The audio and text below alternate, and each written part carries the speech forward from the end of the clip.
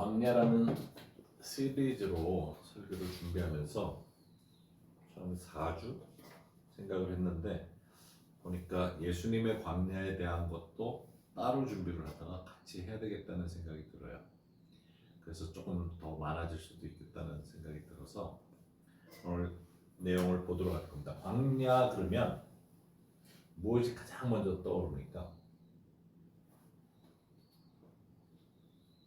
광야. 이제 오늘 시리즈 설교로 광야를 하게 되면서 광야 그럼 가장 먼저 떠오르는 게 고통, 힘든 시절. 근데 이것이 황폐하고 힘들고 고독한 곳이고 또 어려운 것만 생각을 할 수 있는데 동시에 새 힘을 얻을 곳이고 광야를 통과했을 때 내게 하나님이 해주시는 것을 기대를 한다면 광야는 하나님을 특별히 만나는 곳이기도 해요.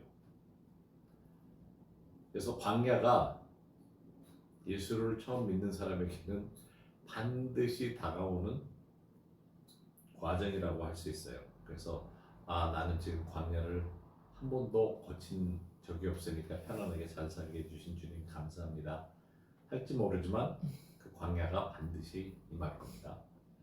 왜? 그것에서 하나님을 특별히 만날 수 있기 때문에. 오늘 그래서 세미한 속삭임이라는 제목으로 볼 텐데 광야는 하나님과 독대하는 곳이에요. 그래서 하나님이 굉장히 세미한 소리 가운데 말씀하십니다. 근데 광야는 내가 찾아 들어가는 곳은 아니에요. 사실은 하나님의 인도하심이 있어야 돼요. 근데 만약에 어려움을 겪는다? 우리는 특히 믿는 사람은 하나님이 나를 광야로 인도하신다 생각한다면 그 자리에 하나님의 손길이 있다는 것을 기대를 할 수가 있다는 거죠. 소망이 있고 돌파구가 있고 또 이전에 광야를 경험하신 분들 같은 경우에는 우리 선배 믿음의 한국 믿음의 신도들에 의하면 소나무 뿌리를 뽑아야 되는 광야가 있었거든요. 그때는 기도원에 가서 그냥 막 외치고 그러다 보면 사방에서 기도원 안에서 집회를 해도 밖에서는 쥐야 하면서 큰 소리로 기도하는 사람들이 많았어요. 그분들이 힘든 그런 과거의 경험들이 있었던 거죠. 그렇다고 해서 요즘 그러냐? 꼭 그런 얘기는 많이 못 듣게 돼요. 그러면 우리가 지금 살고 있는 것이 이 땅이 천국입니까? 절대로 아니죠. 그러면 지금도 광야의 경험은 지속될 수 있어요. 어디선가 어느 상황에서든지 누구든지 경험을 하는데 오늘은 세미한 속삭임. 그래서 이 내용을 볼 텐데 광야는 어떤 장소를 지칭하는 건 아니에요. 마음의 상태를 이야기하지. 물론 주위 환경이 나로 하여금 그렇게 광야에 들어갈 수 있는 길을 만들지만 그렇다고 해서 내가 광야에 있기 때문에 육신적으로 힘든 건 물론있지만 가장 중요한 건 내 마음이 힘들어서 그런 거죠. 지하철에 얼마나 많은 사람이 타고 다녀요. 그래도 나 홀로 고독함을 느낄 수 있는 곳이고 그런 광야의 경험은 누구든지 할 수 있다는 거죠. 요셉이 죽고 한 400년 됐을 때 이스라엘 민족이 요셉이 관리로 있을 때는 그나마 편안하게 살다가 서서히 노예로 바뀌면서 400년 후에는 하나님께 부르짖게 되는, 살려달라고 부르짖게 되는 그런 시절이 있었죠. 실제로 이걸 잘 생각해야 되는 게 어려움의 시절이에요. 하나님을 모르던 시절이 그 다음으로 어디로 갑니까? 광야로 인도하세요. 우리는 예수님을 모르던 삶에서 예수님을 영접하는 순간에 이 땅이 천국이 되는 걸로 기대를 해요. 근데 예수를 모르던 죄악에 묶여 있었던 죄의 노예가 됐던 세상의 노예가 돼서 살다가 하나님의 이끌림에서 홍해를 건너서 나오는 것이 광야입니다. 그런데 이 백성들이 소리를 듣고 하나님의 인도하심이 하나님이 모세를 보내서 구원해 주셔서 나왔는데 자 거기에서 첫 번째 경험하는 게 뭐예요? 모세 자신도 불타지 않는 불꽃 앞에서 하나님의 음성을 들어요. 그리고 그곳으로 인도를 하세요. 같은 장소로. 그래서 2년 동안 거기 있으면서 불꽃의 경험을 본인도 해요. 노예 삶을 살던 사람들을 광야로 불러낸다는 걸 기억하셔야 돼요. 예수 믿는다고 해서 문제 다 해결되고 천국입니다. 그런 간증이 옛날에 참 많았어요. 예수 믿기 전과 예수 믿은 후의 삶에 너무 차이가 있어요. 맞아요. 그런데 광야가 있다는 것에 대한 간증은 많이 없어요. 하나님이 실제로 만나 주시는, 내게 음성 들려주시는 곳이 광야인 거죠. 근데 많은 사람들이 하나님의 음성 듣는 것을 모르다 보니까 당신이 대신 산에 올라가서 하나님의 음성을 들은 것을 우리에게 전해 주십시 하는 교회라는 희한한 공동체가 돼서 계속 광야 생활을 해요. 광야에서는 하나님과 직접 대면할 수 있고 하나님의 음성을 들을 수 있어요. 그래서 우리가 사는 곳이 암만 편안하고 암만 철밥통을 가지고 있는 직장이라 도 어느 날 갑자기 지방으로 좌천되듯이 옮겨지게 되면 거기부터 광야 생활이 시작이 되는 거죠. 아니면 아는 사람 하나도 없는 곳에서 가족과 떨어져서 살게 되는 상황이 주어진다든가, 그럼 우리가 광야로 표현을 하죠. 근데 또 사춘기를 접하고 있는 아이들을 데리고 있는 엄마들은 반항하고 반말하고 말 안 듣는 애들을 접하는 순간부터 광야의 시작이 되는 거예요. 그래서 요새 뭐 중2가 제일 무섭다고, 중2부터 뭐 김정은이 남침을 두려워하는 이유가 남 안에 있는 중2 때문이라고 그럴 정도로 중2를 제일 무서워하는데, 중2부터 광야 생활이 시작되는 부모들이 많아요. 그때부터 저게 귀여웠었는데 이뻤었는데 이게 언제 그랬냐는 식으로. 그러면 광야는 그런 힘든 상황이 광야가 되는 거죠. 답을 찾기 힘든 상황, 현실이 너무 어렵고, 그럴 때 광야라고 얘기를 많이 해요. 아니면 병이 들었든지. 전에 그 암 환자 한 분을 기도를 해주러 가자고 갑자기 스티브 리스트 목사님이 얘기를 하셔서 아리조나 투싼이라는 곳에 간 적이 있어요. 근데 그 투싼이 현대 SUV의 이름하고 똑같은, 근데 실제 미국의 도시입니다. 거기를 갔는데 공항에 나온 60대 부부가, 아주 점잖으신 분이 트럭을 몰고 나와서 부부가 우리를 픽업을 했는데, 그분이 이제 우리가 그때 기도를 해드려야 되는 분이었는데, 한 40분 동안을 가서 언덕을 딱 넘으니까 그 일대가 전부 파래요. 아주 모든 진짜 야채란 야채는 다 나오는 동네인데, 그 집에 갔는데 집이, 거기는 이렇게 큰 도로는 포장이 돼 있는데 워낙에 뜨겁고 그래가지고 큰 도로만 포장돼 있고 거기서 내려가면 다 흙길이에요. 집에까지 들어가는데도 흙길이야. 들어갔는데 제가 도대체 편편한 땅이라, 집도 꽤 커요. 오래된 집이라고 그러더라고요.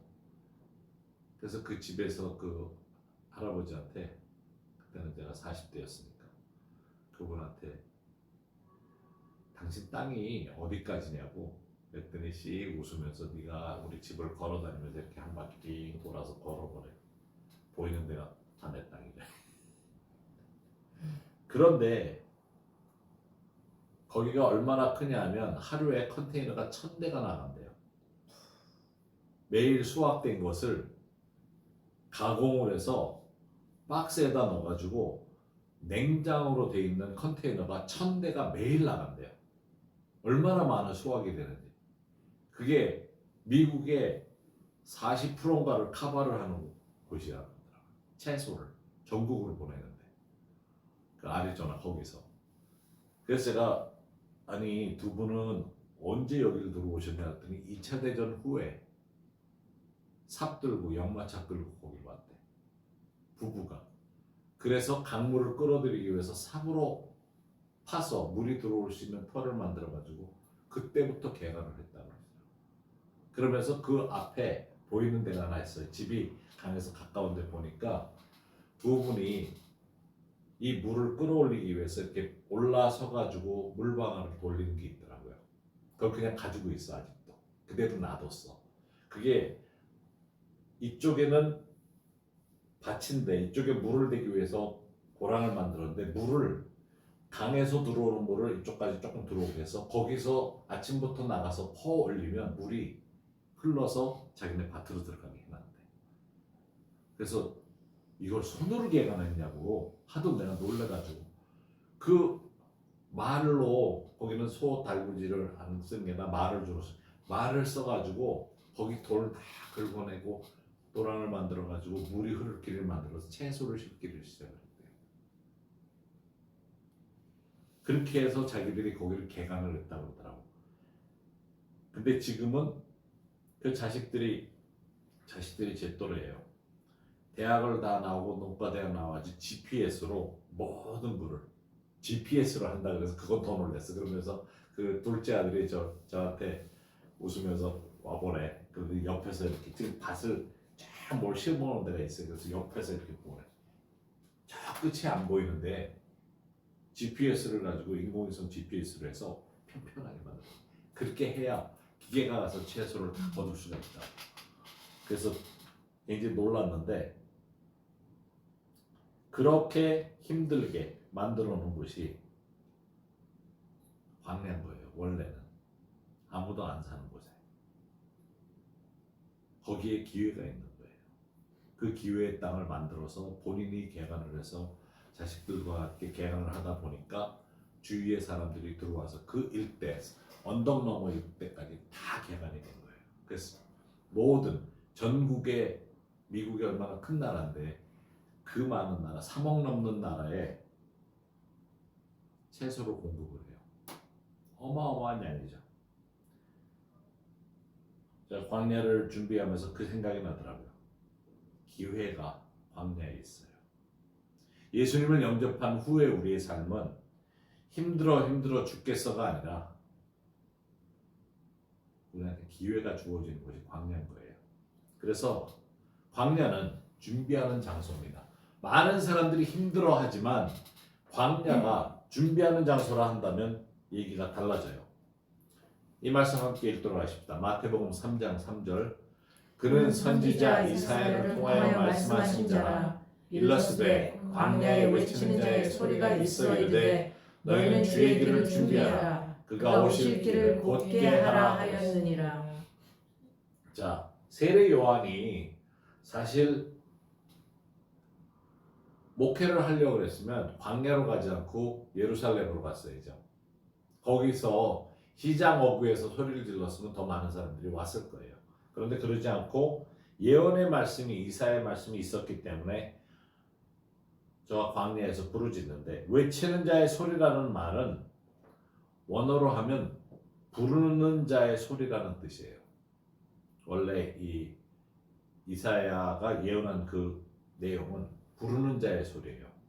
하나님께로 부르는, 전도하는 광야에서 울려 퍼지는 소리를 지금 내는 건데 그 내용에 의하면 메시아의 올 길을 예비하라고 합니다. 오실 길을 곧게 하라고. 이 오실 길이 광야에다 무슨 고속도로를 닦기 위해서 전부 다 나오라는 얘기가 아니고 세례 요한이 광야에서 소리 들으면서 지금부터 고속도로 닦을 거니까 전부 삽들고 와라 그런 얘기가 전혀 아니고 주의 길을 예비하라 하는 뜻은 주님께서 내 마음에 오실 오솔길을 대로를 만들려는 거지. 고속도로를 만들라고. 하나님의 은혜가 내게 올 수 있는 큰 길을 준비하라고. 여기 오실 길을 곧게 준비하라는데 그 길은 곧게 준비하라는 길은 하이웨이를 말합니다. 특히 이 당시에 그 전쟁에 나갔다가 돌아오는 왕이 승전보를 올리고 우리가 이겼다 그러고 돌아올 때 그 당시에는 온 백성이 남아있던 백성이 주로 여자들이고 노인들인데 전부 나가서 길을 다듬기 시작을 한대요. 그 궁에서 최대한으로 멀리까지 가서 그래서 옆에 길을 더 넓히는 거예요. 그래서 군인들이 나갈 때는 군인들만 나갔잖아요. 즉 남아있던 사람들을 울면서 보냈을 거고. 그런데 나가서 환영하기 위한 돈까지 더 많은 사람들이 설 수 있는, 그래서 대로가 되는 거예요. 길을 넓게 만드는 거예요. 그러면 군인들이 가운데로 마차를 끌고 들어왔던 편안하게, 왕이 편안하게 들어오라고 그렇게 하는 거죠. 그래서 여기서 주의 길을 준비한다는 의미는 그런 것이죠. 예수님이 내 마음에, 메시아가 우리들 마음에 오실 수 있는 그 큰 길을, 환영하는 길, 승리자의 길을 만들라고 하는 거죠. 그래서 같이 나가서 평소에 쓰지 않았기 때문에 나갈 때 일렬로 나갔으면 들어올 때는 8차선으로 들어오는 거예요. 돌아올 때 승전보를 알리고 나서. 그러면 옆에 있던 풀이니 뭐니 다 베버려야 될 거 아니에요. 그 작업을 하는 거죠. 잡초를 없애는 작업. 그러나 저가 예언을 성취시키기 위해서 이사야 말씀대로 광야에서 외치는데, 이사야 40장 3절에 외치는 자의 소리여 이르되 너희는 광야에서 여호와의 길을 예비하라, 사막에서 우리 하나님의 대로를 평탄하게 하라 선포하는 말씀을 그대로, 예언을 그대로 세례 순복하라고. 그래야만 새로운 일을 할 수 있습니다. 큰 일을 행할 수 있다. 새로운 시작을 할 수 있다. 말씀을 통해서 준비시키는 겁니다. 마음이 준비된 자가 메시지를 들을 수 있어요. 바리새인들은 광야에 나가서 메시지 듣지 않았어요. 싸우려고 들었지. 광야 가는 것도 지겨웠을 거예요. 만나 누가 내보내서 저 요한이 뭐라 그러는지 좀 듣고 와 그러면 그 뜨거운데 쫓아가는 것도 이 긴 옷 입고 다니는 사람들은 힘들었을 거라고. 광야는 메시지가 있어요. 여러분들이 광야를 통과할 때는 하나님이 뭔가를 이루시기 위한 준비를 위한 말씀을 해주십니다. 그 메시지를 들을 수 있어야 돼요. 그렇지 않으면 또 광야에 들어가요. 못 깨달으니까 또 광야. 많은 사람들이 자기 광야에 지금 있다고 해요. 광야는 머무르는 곳이 아니에요. 광야는 지나가는 곳입니다. 그래서 아직도 나 힘들고 광야에 있어요? 그럼 못 깨달은 거예요. 나 지금 몸 때문에 주위의 상황 때문에 나 광야에서, 그렇다면 광야를 이스라엘 민족은 2년만 있게 되어 있었거든요. 원래. 근데 내가 자초해서 38년을 더 추가한 거죠. 그런 삶을 살아요. 근데 누가 만들었냐고. 본인이 순종 안에서 만든 거가 더 많은 거예요. 그럼 광야는 순종해야 되는 곳이고 배워야 되는 것이고 새로운 것을 우리에게 주실 수 있는 기회의 땅인 거예요. 내 마음을 확인할 수 있는 곳이고 마음의 상태를 확인할 수 있는 그런 시간이죠. 부정적인 것 떨궈버리듯이. 또 운동선수가 계속적으로 운동을 하면서 준비하는 시간인 거죠. 근육을 단순히 그냥 키우는 게 아니라 보기 위해서, 보여주기 위해서 근육 키우는 게 아니라 뭔가를 제대로 쓸 수 있게. 아프리카 선교 여행 가는데 어떤 그 바디빌더들은 이 미스터 코리아도 마찬가지지만 걔들의 특징은 항상 딱 달라붙는 셔츠를 입잖아요.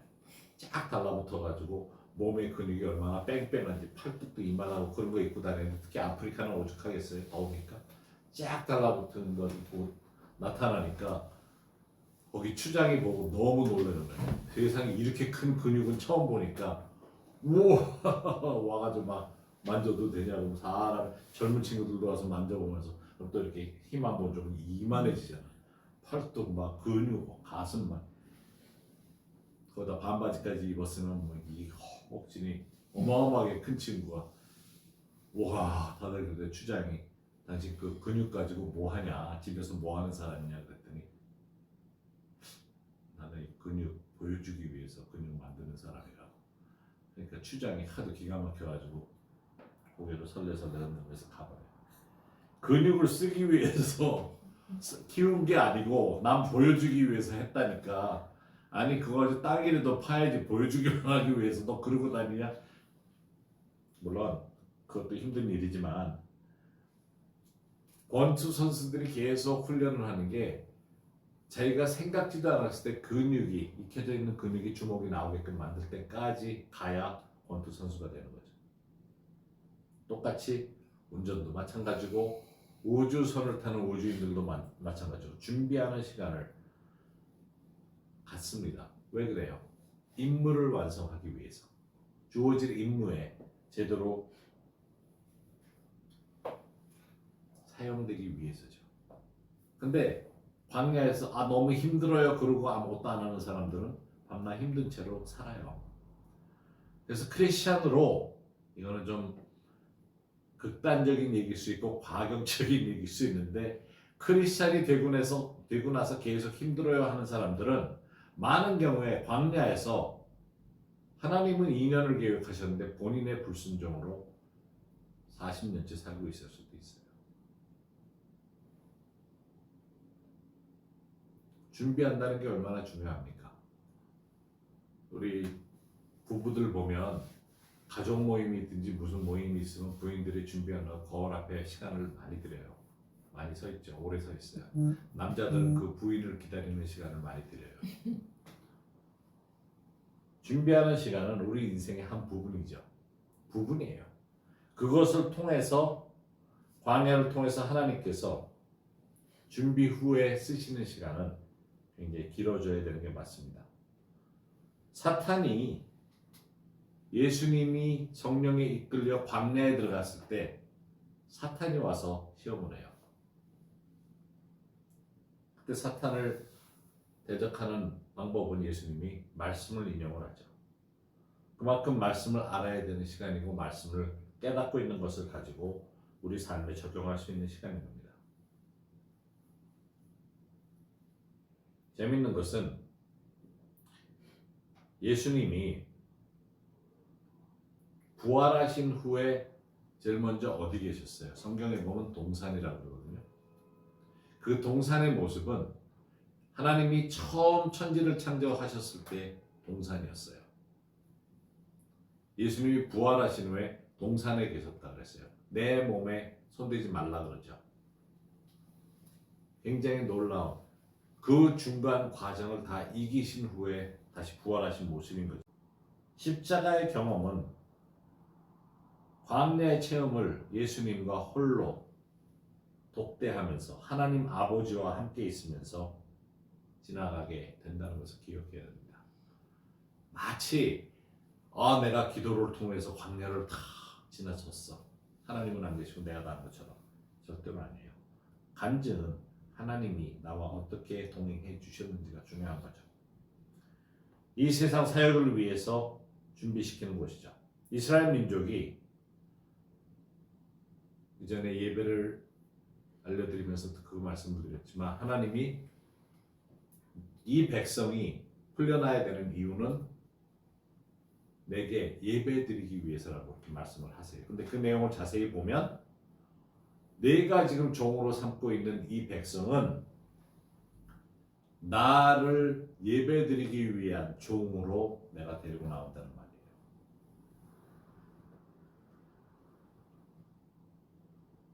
말이에요. 애굽에서 노예로 있는 그 상태가 하나님께서 광야로 데리고 나와서의 노예는 하나님의 노예로서 하나님을 예배드리기 위해서 데리고 나오신다는 것. 굉장히 중요한 차이가 있죠.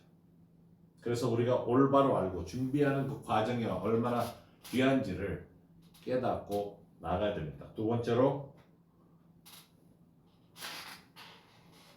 광야는 불만을 내 마음에 있는 불평불만을 다 드러내게 만드는 곳이에요. 그래서 화나게 만드는 상태를 아주 잘 만들어줍니다. 불만이 많아요. 불평도 많고 예수 믿고 나서 불평 하나도 안 한다. 천만의 말씀. 출애굽 때 이스라엘 민족은 애굽 사람들이 가지고 있던 금은 보화까지 달라고 했어요. 그랬더니 다 따라 나왔어. 다 줘. 가라고 좀. 지긋지긋하니까 너 좀 떠나라. 우리 이런 지금 재앙 속에서 못 산다. 좀 가라. 다 가지고 나왔어요. 그런데 조금 힘들어지니까 불평을 하죠. 만나를 하나님이 주세요. 이것저것 불평이 나오기 시작하니까. 근데 하나님이 분명히 주신다고 해서 들판에 널려 있었거든요. 근데 이들의 태도가 만나의 의미가 뭐예요? 저 뭐야? 뭐 저따위야? 저런 게 다 있어? 그런 의미예요. 만나가 하늘로부터 만나를 주시옵소서 우리가 기도할지 모르지만 우리가 생각하는 그 만나와 만나의 뜻 자체는 너무 차이가 많아요. 불만이 많다 보니까 하나님이 주셔도 뭐 저딴 걸 줘? 좀 뭐야? 애들한테 가서 뭔지 모르지만 좀 가져와봐 이런 식이야. 장래에 소망이 없어 보이면 불만이 터져나와요. 그래서 나이 든 사람들이랑 같이 있으면 제일 많은 게 세상 불평, 불만. 그러니까 전에 젊을 때는 신경도 안 쓰던 정치에 제일 신경 많이 쓰는 게 60대라잖아. 60 들었으면 그때부터 정치에 눈이 뜬다고. 눈이 뜨는 게 아니라 불만, 불평이 많아지는 얘기예요. 이 말씀 보면 너무 재밌는 게 민수기 11장에 아주 희한한 말씀이 있어요. 이거 잘 봐야 되는 게 바로 첫째 줄 4절인데 함께 읽도록 하십시다. 그들 중에 섞여 사는 다른 인종들이 탐욕을 품음에 이스라엘 자손도 다시 울며 이르되 누가 우리에게 고기를 주어 먹게 하랴. 우리가 애굽에 있을 때에는 값없이 생선과 오이와 참외와 부추와 파와 마늘들을 먹은 것이 생각나거늘 이제는 우리의 기력이 다하여 이 만나 외에는 보이는 것이 아무것도 없도다.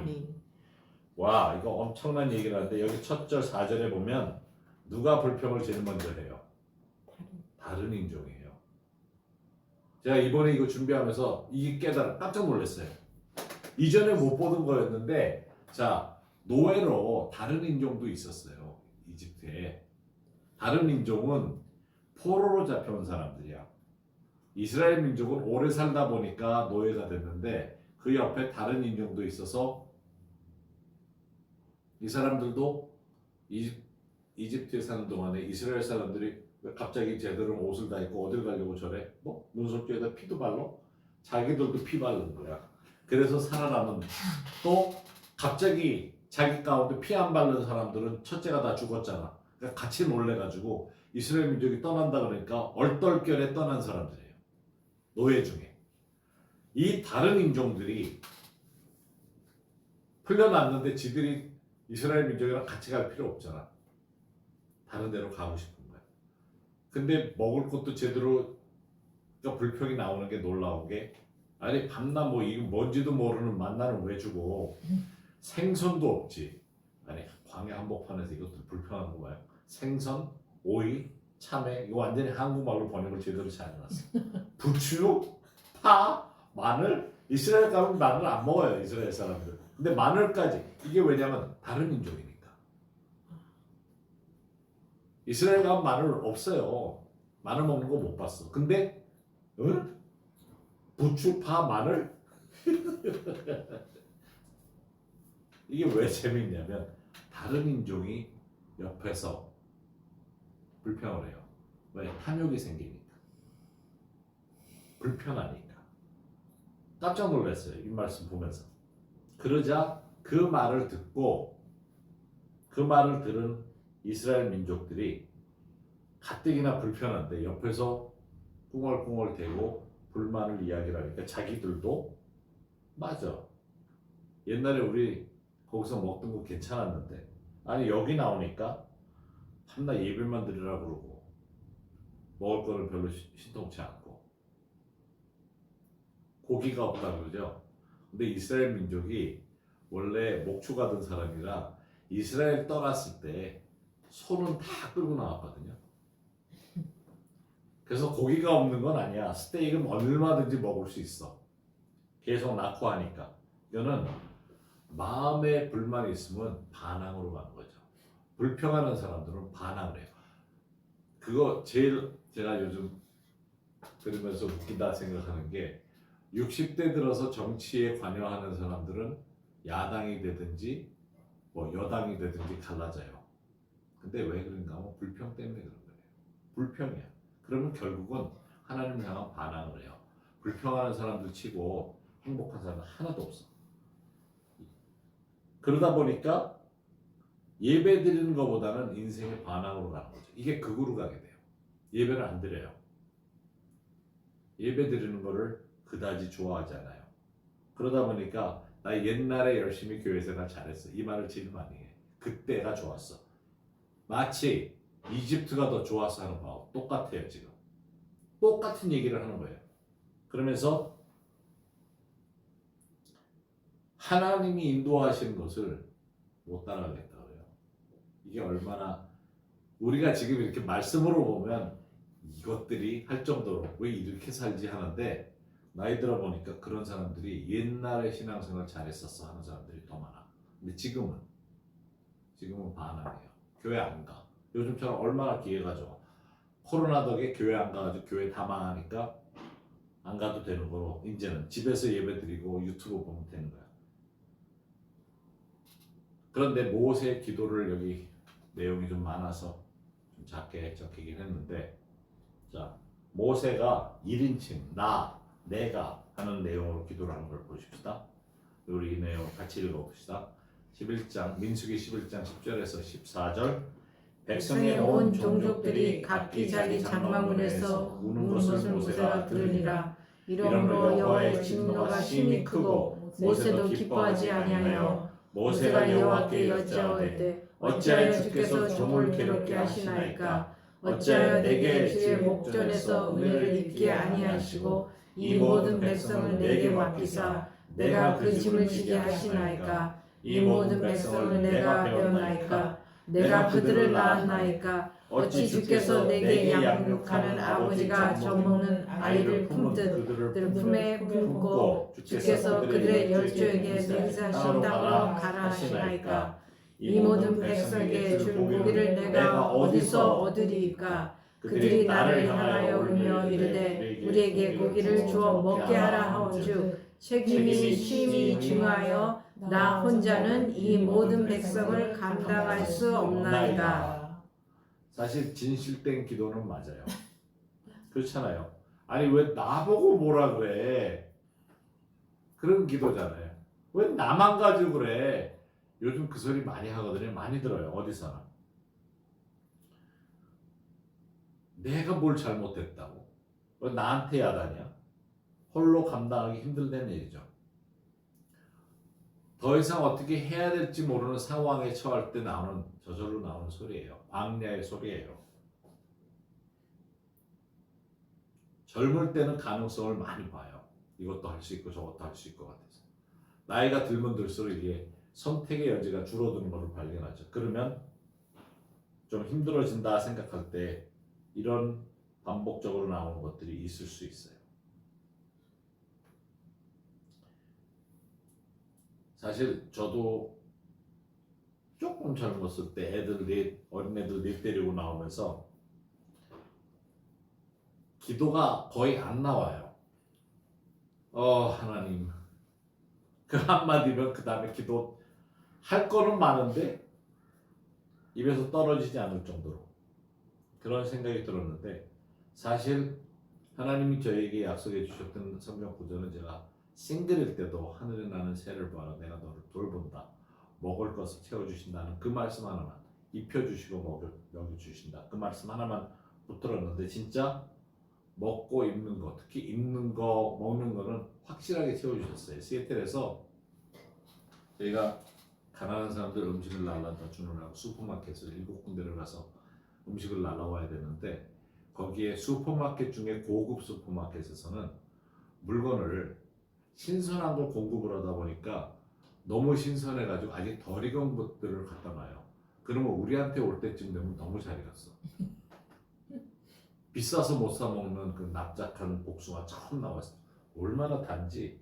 그리고 블루베리도 다 익어서 완벽하게 될 때쯤 되면 나와요.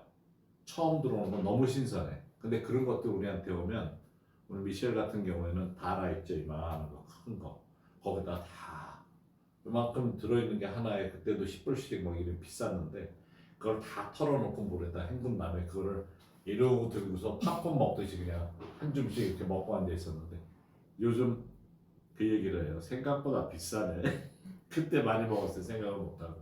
그리고 가난한 사람들에게 옷을 나눠다 준다고 선교지로 가야 된다고 해서 그때 뭐 중국도 가져왔지만 베트남, 캄보디아 늘 옷을 들고 다녔는데, 미국의 최고급 백화점 중에 노스트럼이라는 데서 샘플 클로즈를 그 할머니가 너희는 애가 많으니까 여기서 필요한 거 갖다 입으래. 그래서 우리 애들이 최고급을 입고 다녔어요. 근데 나중에 대학 가가지고 동창을 하나 만났는데 걔는 부잣집 아인데 그러더래. 중학교 때 너 옷 입는 걸 따라가려고 그랬는데 너무 패션이 너무 그래서 쫓아갈 수가 없었다고 그 얘기를 하더래. 근데 사실은 우리는 산 게 아니고 전부 진짜 하나님이 공급해 주셨어요. 하나님이 해결책을 늘 주세요.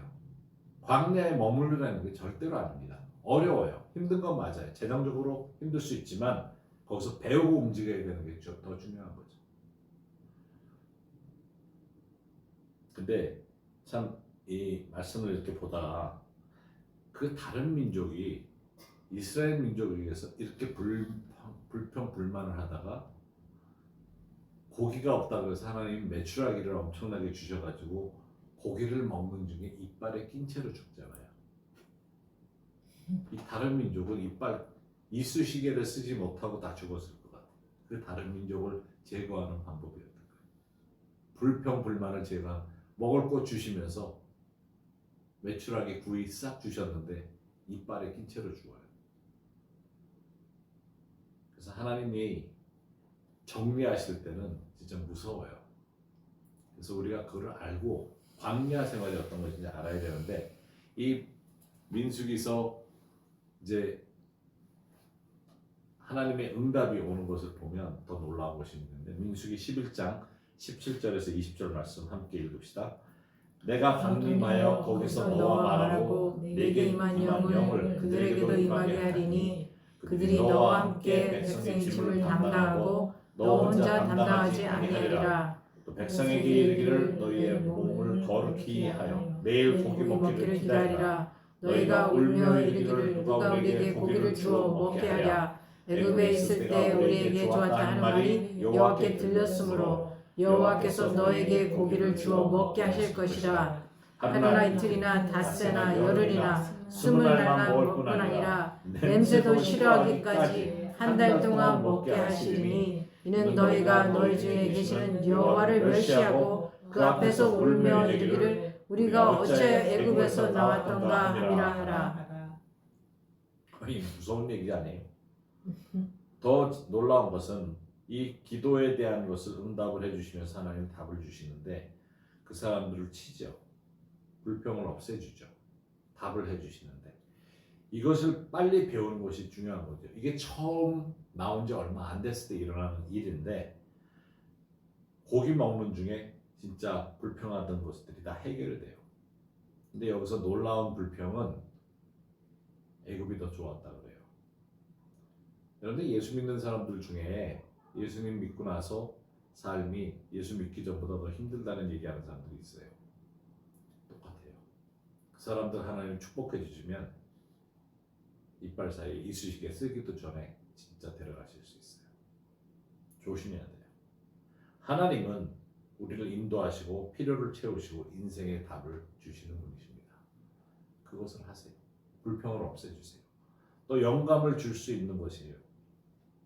하나님의 능력이 멋지게 나타나는 장면 중에 하나가 엘리야죠. 엘리야가 선지자들을 진짜 칼로 다 쳐 죽일 정도로 하늘에서 불이 내리고 그러면서 놀라운 능력을 힘입는데 다 그렇게 죽이고 나서 의기양양해서 들어오는데 그 왕의 아합 왕의 아내가 너네가 죽인다. 이세벨의 그 한마디가 그것도 직접 들은 것도 아니야. 전에서 들었어. 이게 가짜 뉴스일 수도 있어. 물론 가짜 뉴스는 아니었지만 요즘 가짜 뉴스에 그거 막 쫓아다니는 사람들 영감을 못 받아요. 하나님의 영감은 광야에서 받을 수 있어요. 그 뉴스 때문에 도망가죠. 그 뉴스 때문에 나 살려라고 도망을 가는데 열왕기상 19장 10절에 13절 말씀 보면 그가 대답하되 내가 만군의 하나님 여호와께서 열심히 유별하오니 이 말하는 거 보세요. 보통 열심히 있는 게 아니라 나는 유별이 유별나게 열심히 있는 사람이라고 해요. 엘리야가. 믿는 사람들 가운데 열심히 유별난 사람들 많아요. 근데 무슨 일이 있으면 이 꼴이 돼. 너무 재밌는데 이스라엘 자손이 주의 언약을 버리고 주의 제단을 헐며 칼로 주의 선지자를 죽였음이 오며 오직 나만 남았거늘 그들이 내 생명을 찾아 빼앗으려 하나이다. 이런 말 많이 들어요. 여호와께서 이르시되 너는 나가서 여호와 앞에서 산에 서라 하시더니 여호와께서 지나가시는데 여호와 앞에 크고 강한 바람이 산을 가르고 바위를 부수나 바람 가운데 여호와께서 계시지 아니하며 바람 후에 지진이 있으나 지진 가운데서도 여호와께서 계시지 아니하며 자, 또 지진 후에 불이 있으나 불 가운데도 여호와께서 계시지 아니하더니 불 후에 세미한 소리가 있는지라. 이 앞서 보여주는 이 장면은 여기가 재밌는 게 뭐냐면 모세에게 나타나실 때 했던 장면이에요. 십계명을 주실 때 이런 식으로 하셨고 이스라엘 민족이 처음 광야로 나왔을 때 시내산에서 하나님의 불이 번쩍거리고 놀라운 장면이에요. 지금 엘리야가 도망가서 숨은 곳이 바로 같은 시내산이에요. 멀찌감치 도망갔어요. 모세를 만나셨던 그곳인데 모세를 만나셨던 그 방법으로 하시는데도 거기 하나님이 안 계세요. 같은 방법으로 두 번 하시지 않는 하나님이야. 그러면서 지진 후에 불이 있으나 불 가운데도 여호와께서 계시지 아니하시니 불 후에 그 방법은 다 쓰셨는데 그 후에 모세에게 말씀하신 것 같지 않은 세미한 소리가 있는지라. 엘리야가 듣고 겉옷으로 얼굴을 가리고 나가 꾸러기에 섬에 소리가 그에게 임하여 이르시되 엘리야야 내가 어찌하여 여기 있느냐. 엘리야는 제 발로 광야로 간 사람이에요. 하나님의 인도하심으로 간 사람이 아니에요. 많은 사람들이 하나님의 인도하심으로 성령의 인도하심으로 통과해요. 이스라엘 민족도 광야로 데리고 나오셨어요. 여기 장면은 엘리야는 제 발로 뛰쳐간 사람이에요. 많은 경우에 우리가 그렇게 해요. 너무 상황이 힘드니까 하나님을 만나기 위해서 광야로 갑니다. 그러나 이전에 하나님이 말씀하셨던 방법을 기대하고 간 것보다는 새롭게 하나님이 말씀하시는 방법을 들을 수 있어야 돼요. 모세에게는 출애굽기 20장 18절 19절 보면 뭇백성이 우레와 번개와 나팔소리와 산의 연기를 보았어요.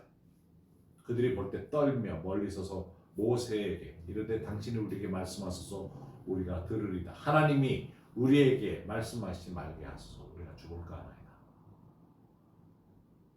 그래서 교회가 목사님 통해서 말씀을 들으려고 그러지 본인이 직접 듣는 걸 하려고 그러지 않아요. 이 세미한 음성이라는 뜻은 고요, 적막, 침묵, 잠잠하다는 뜻입니다. 내 마음에 말씀하시는 방법이에요. 하나님의 속삭임의 음성을 듣고자 한다면 이 세 가지를 여러분들 하셔야 돼요. 첫째, 잠잠해야 됩니다. 세미함이라는 잠잠함이라는 그 뜻을 이해를 해야 됩니다. 이르시기를 너희는 가만히 있어 내가 하나님 됨을 알지어다. 내가 나라 중에서 높임을 받으리라. 내가 세계 중에서 높임을 받으리라 하십니다. 잠잠할 필요가 있어요. 두 번째, 좀 긴장을 풀어야 됩니다. 어려운 상황이 광야라면 긴장을 좀 풀고 빌립보서 4장 6절에서 7절 말씀대로 아무것도 염려하지 말고 다만 모든 일에 기도와 간구로 너희 구할 것을 감사함으로 하나님께 아뢰라. 그리하면 모든 지각에 뛰어난 하나님의 평강이 그리스도 예수 안에서 너희 마음과 생각을 지키시리라. 그러면서 좀 여유를 가지고 하나님이 원하시는 게 뭡니까 하고 내가 쥐고 있는 것을 좀 내려놓을 필요가 있어요. 내가 쥐고 있던 손을 놓아야 하나님이 주실 수 있어요. 예전에 세미나 때 여러분들 손을 펴고 손을 들고 찬양하십시오. 손을 펴고 주님이 주실 수 있는 거 받으라고.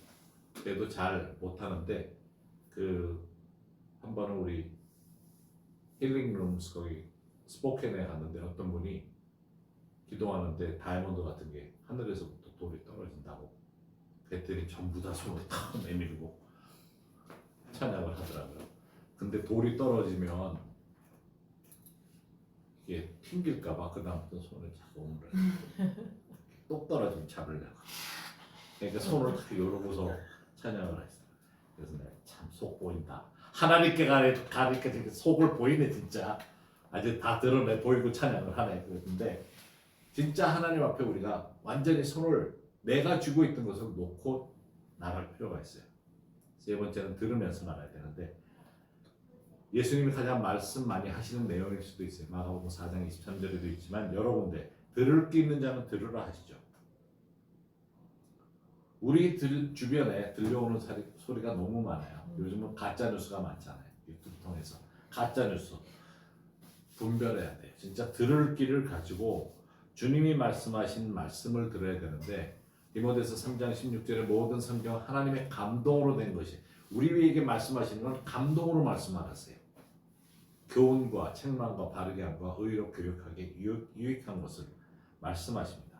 여기서 감동이라는 의미는 하나님의 숨결이에요. 하나님이 숨을 내쉬는 거예요. 여러분 우리가 한숨을 쉬죠. 힘들면 하고 한숨을 쉬시면 하나님이 옆에서 같이 한숨 쉬세요. 근데 한숨이 아니라 한숨은 한숨이지.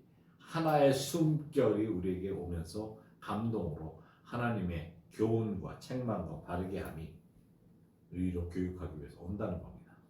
제자들이 부름을 받았을 때 사실 두려웠을 때 예수님 돌아가시고 나서 두려워서 짧은 기간의 광야 생활을 해요. 그때 예수님이 나타나시죠.